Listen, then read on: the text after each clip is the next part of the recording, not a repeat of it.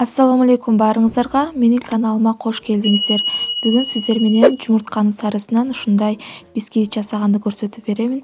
Бизге эң алгач 8 уштук жумуртканын сарысы керек.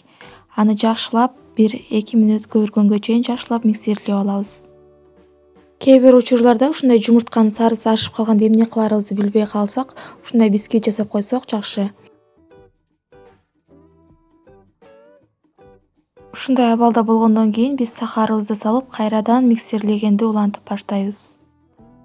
Биздин массабыз бир аз агарып, коюу абалга келип, эки эсе көтөрүлгөндө миксерлегенди токтотобуз. Ага чейин миксерлегенди уланта беребиз.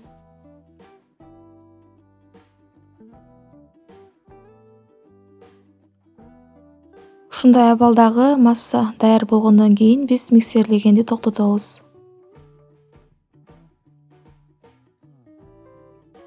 2 чоң кашыкта суу май кошобуз, тамакка колдонгон. Анан 1 чайный ложка дак суу.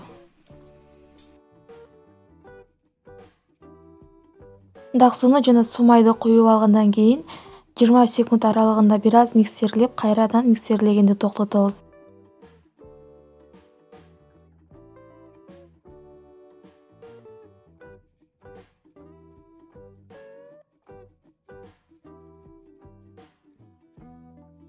Электен өткөн жогорку сорттогу унга 1 пакет разрыхителди салып аралаштырабыз.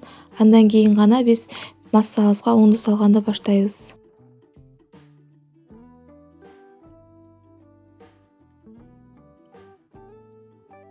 Унду салганда бардыгын бир салбаңыздар, антпесе сиздердин бисквитиңиздер көтөрүлбөй калат.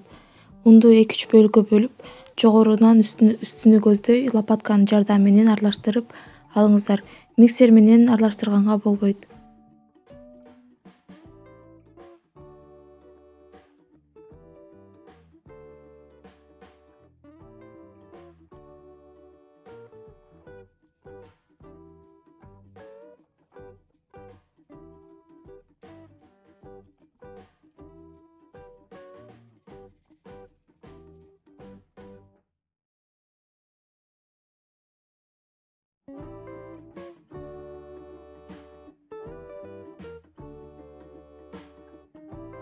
Алдын ала кызытылган духовкада 160 градуста 35-40 мүнөт аралыгында бышырып аласыздар.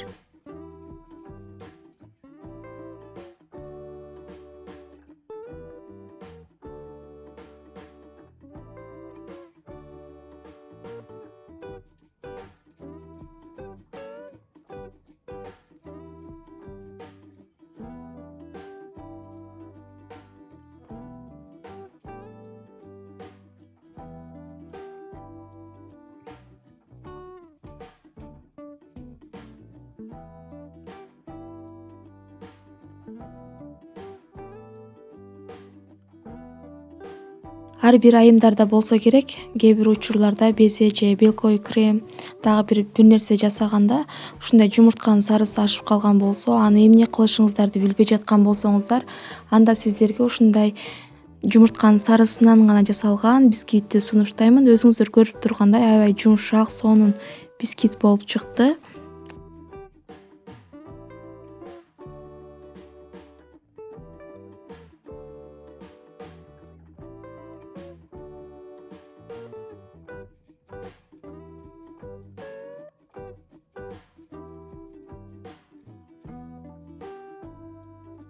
Видеону аягына чейин көргөн болсоңуз, анда каналыма катталып, лайктан басып, коңгурочону басканды унутпаңыздар.